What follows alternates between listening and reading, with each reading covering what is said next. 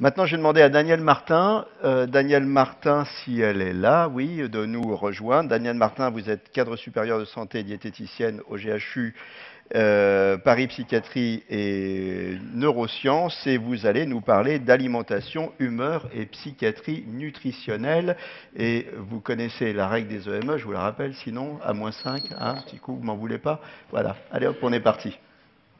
Bien, bonjour à tous et bien merci de me donner la parole au milieu d'interventions toutes plus intéressantes les unes que les autres.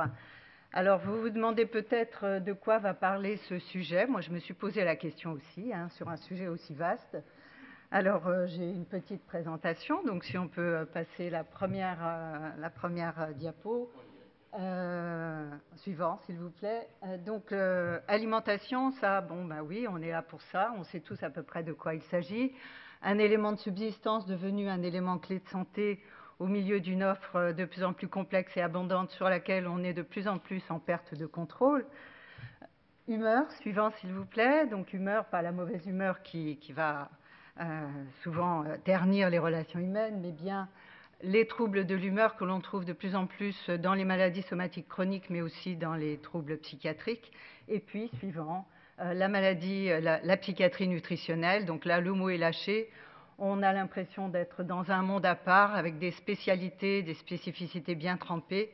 Or, qu'est-ce que c'est que la maladie psychiatrique, sinon ce dénominateur commun de perte de contrôle? Et là, suivant, s'il vous plaît, la boucle est bouclée. On est en perte de contrôle sur un sujet qui lui-même est en perte de contrôle, donc tout se complique. Mais vous allez voir que je vais vous parler de choses très simples et que finalement, on va parler surtout d'alimentation, bien entendu, et qui peut s'appliquer bien au-delà du champ psychiatrique. Alors, suivant. Donc, qu'est-ce qu'on trouve comme maladie nutritionnelle en psychiatrie? Eh bien, majoritairement des problèmes de surpoids et d'obésité, de façon plus importante que dans la population générale, associés ou non au syndrome métabolique dont on a beaucoup parlé, donc ce syndrome qui associe obésité abdominale et deux facteurs parmi hypertension, hyperglycémie, hypercholestérolémie, hypertriglycéridémie, et qui va majorer le risque de faire un accident cardiovasculaire ou cérébrovasculaire, d'où l'importance de dépister tôt ce syndrome métabolique. Et en toile de fond, bien sûr, du syndrome métabolique, on a le diabète de type 2, ce diabète gras qui est très fréquent en psychiatrie. De l'autre côté de la balance, on va trouver toutes les pathologies en lien avec la dénutrition, avec parfois des maigreurs extrêmes, comme dans le cas des troubles du comportement alimentaire de type anorexie, et puis également beaucoup de malnutrition. La malnutrition, ça a été évoqué ce matin, c'est bien différent de la dénutrition. En psychiatrie, on voit des malnutritions très sévères malgré des surpoids. J'ai eu comme ça un jour un patient qui s'alimentait depuis plusieurs mois de chips et de coca.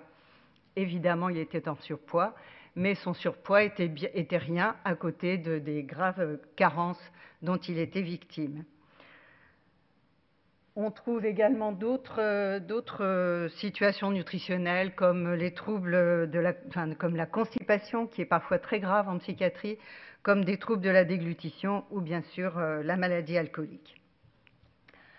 Alors, pourquoi on en vient à ces problèmes nutritionnels? Alors, j'ai choisi de vous parler dans le temps qui est imparti de l'essentiel des problèmes nutritionnels rencontrés en psychiatrie, c'est-à-dire des problèmes de surpoids et d'obésité. Alors, il y a bien sûr un effet iatrogène, et quand on parle d'effet iatrogène, ce n'est pas simplement les médicaments, mais c'est aussi la maladie elle-même et aussi les conditions de vie qui sont inhérentes à la maladie. Donc on va avoir au début du traitement une hypersensibilité à l'insuline, avec donc une hypoglycémie et des sensations de faim fréquentes, puis avec l'installation du surpoids, une résistance à l'insuline avec la constitution, donc, une hyperglycémie chronique et la constitution, l'entraînement du surpoids. On va avoir, voilà, merci, des troubles du sommeil également avec la perturbation des hormones de régulation de la faim et de la satiété, donc des problèmes d'augmentation de faim, d'appétit qui sont deux situations un petit peu différentes. La faim répond à un problème physiologique, l'appétit c'est plus un désir de manger et l'appétit c'est en lien avec la faim mais c'est aussi en lien avec l'histoire de l'individu et avec son état de santé. On va avoir également, parallèlement à cela, l'effet sédatif des traitements qui va sur la suivante s'il vous plaît, qui va avoir un effet sur la diminution des dépenses énergétiques et donc sur la diminution de l'activité physique qui est fortement dépréciée parce que l'effort coûte. Et puis on a également, suivant, des problèmes de bouche sèche, de xérostomie, qui vont entraîner une recherche constante de boissons désaltérantes et puis une recherche aussi d'aliments mous qui sont la plupart du temps gras et sucrés. Donc tout ça, ça va conduire à cette constitution de graisse de réserve, donc de tissu adipeux et de surpoids. Suivante, s'il vous plaît. Donc quel est le comportement alimentaire qui va conduire à ce surpoids? Alors si on devait un petit peu ordonner les choses, mais elles ne sont pas toujours dans cet ordre-là, hein, c'est quelque chose d'assez schématique. La première, c'est bien sûr un problème de rythme. Le rythme qu'on appelle un rythme inversé, donc les patients se lèvent tard, il y a des troubles du sommeil, et donc le rythme inversé avec une prise alimentaire majoritairement dans la deuxième partie de journée, ce qui est la meilleure façon de prendre du poids, puisque c'est à un moment de la journée où la satiété fonctionne moins bien et où on est en train de diminuer ses dépenses énergétiques, donc le stockage est facilité. Le grignotage également, qui est très fréquent, dû à ces sensations de faim fréquentes, va entraîner une stimulation permanente du métabolisme d'épargne et donc la moindre calorie ingérée va être beaucoup plus facilement stockée. Le deuxième point, c'est bien sûr les boissons sucrées, avec une fausse impression que les boissons sucrées désaltèrent. Or, c'est tout à fait le contraire. En plus d'être très sucrées, comme on l'a vu dans d'autres interventions, et donc très caloriques, elles sont aussi hyperosmolaires et elles vont être diurétiques. Et donc, elles vont au contraire renforcer cette sensation de soif et de bouche sèche. En troisième, c'est la recherche d'aliments gras et sucrés, donc, dont les produits ultra transformés dont on a beaucoup parlé. Et là, c'est une réponse physiologique à la faim. Nos goûts sont fixés par nos besoins et la faim va nous pousser à trouver des aliments de goût sucré et de texture grasse. Et c'est ce qui se passe, sauf que les produits qui vont être choisis dans ces cas-là sont très caloriques sous un petit volume et ne sont au contraire pas rassasiants. On va avoir ensuite une consommation importante de féculents raffinés, souvent gras, en lien avec la perturbation de la satiété et l'appétence pour le goût sucré.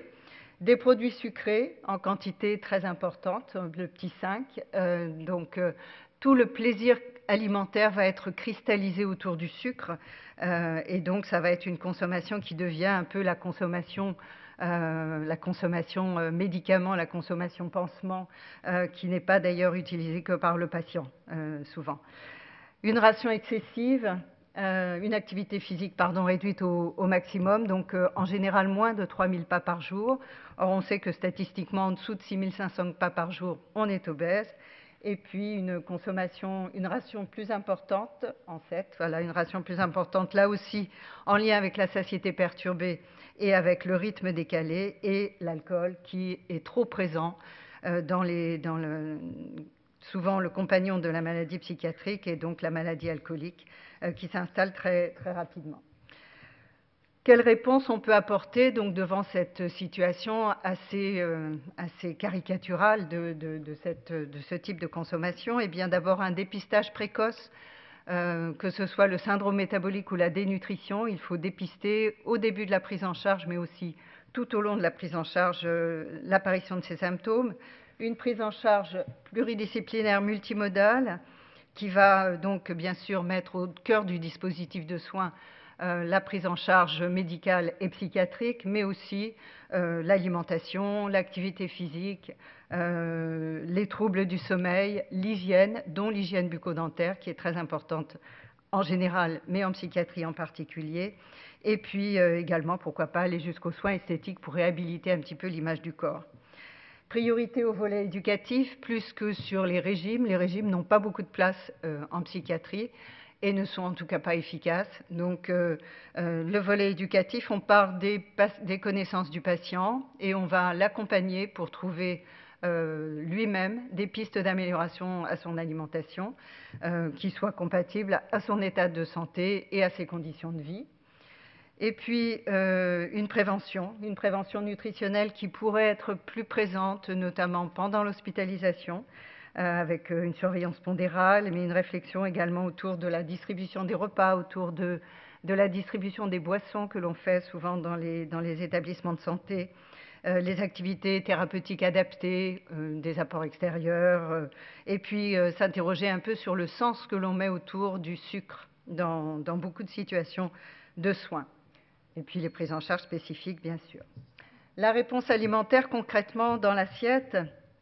Alors, si on devait un petit peu ordonner les 3 grandes corrections, eh bien, ça serait certainement sur les boissons sucrées, sur les produits ultra transformés, encore eux, et sur le rythme alimentaire. Donc, les boissons sucrées, je ne vous apprends rien, la seule boisson d'hydratation, c'est l'eau. Les boissons sucrées, en plus d'être très caloriques, sont source de fructose. On vient de le voir avec l'intervention précédente, le fructose étant un des sucres du saccharose. Et le fructose est très hétérogène, donc ces boissons sucrées sont à diminuer fortement. L'ANSES recommande pas plus de 50 grammes de fructose par jour. En tout, dans l'alimentation, les boissons sucrées, lorsqu'elles sont au-delà d'un verre par jour, représentent une très grande proportion de fructose. Les boissons sucrées sont également très vite stockées sous forme de graisse et elles sont très mal comptabilisées.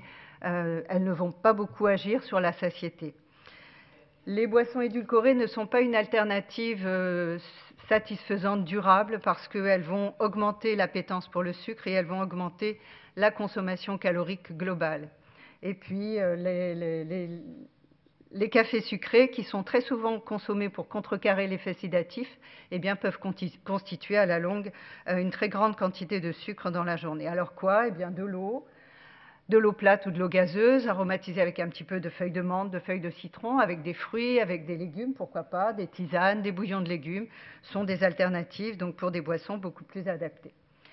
Les produits ultra transformés, je vais passer assez vite puisqu'on vous a dit beaucoup de choses dessus, mais plus un produit est transformé, donc plus il est calorique et moins il est riche en nutriments. Donc c'est la double punition de faire grossir sans être nourri. Donc ces produits qui sont des concentrés de mauvaises graisses, de mauvais sucres, de sel, d'additifs, eh bien il faut les limiter au maximum et exclure, donc comme on l'a vu, les Nutri-Score les plus élevés, D et E. Et puis le rythme des repas. Donc retrouver un rythme de 3 repas par jour avec l'essentiel des calories apportées avant 14 heures, un déjeuner toujours supérieur au dîner et essayer de réduire le grignotage au maximum. Et si on a besoin d'une petite collation, pourquoi pas quelques fruits oléagineux non salés, source d'oméga 3, alors pas trop puisqu'ils sont très caloriques, mais ils sont très satiétogènes également, donc ça peut être une solution beaucoup plus intéressante en tout cas que les petits gâteaux ou les petits bonbons qui sont souvent consommés dans l'après-midi. Et puis donc d'autres consommations, alors plus de fruits et légumes, plus de légumes secs, plus de poissons gras une fois par semaine, du pain complet plutôt que du pain blanc, des céréales complètes une fois par jour, du riz complet, de la semoule complète, des pommes de terre avec la peau, du quinoa, du blé, des pâtes complètes ou al dente, des bonnes graisses, de l'huile d'olive, de l'huile de colza, de l'activité physique au moins 30 minutes par jour et 2 activités par semaine un peu plus dynamiques, et moins de viande rouge, beaucoup trop grasse et beaucoup trop consommée, moins de charcuterie, moins de féculents raffinés, moins de fromage, une fois par jour ça suffit largement, 30 à 40 grammes, et puis moins de spécialités laitières sucrées qui ne sont pas des produits laitiers mais des produits sucrés, donc ça pas plus d'1 à 2 fois par semaine, l'alcool à limiter le plus possible. Voilà, donc en conclusion, je vous dirais qu'en parlant de psychiatrie nutritionnelle, finalement, on parle d'alimentation d'aujourd'hui. Et je vous ai tout simplement peut-être raconté la folie d'un monde qui pourrait retrouver sa bonne humeur si on reprenait le contrôle de notre alimentation. Voilà, je vous remercie. Bien, je vous remercie. Je vous remercie beaucoup pour cet exposé qui, quelque part, nous fait froid dans le dos quand même. Voilà. Merci beaucoup, Daniel Martin.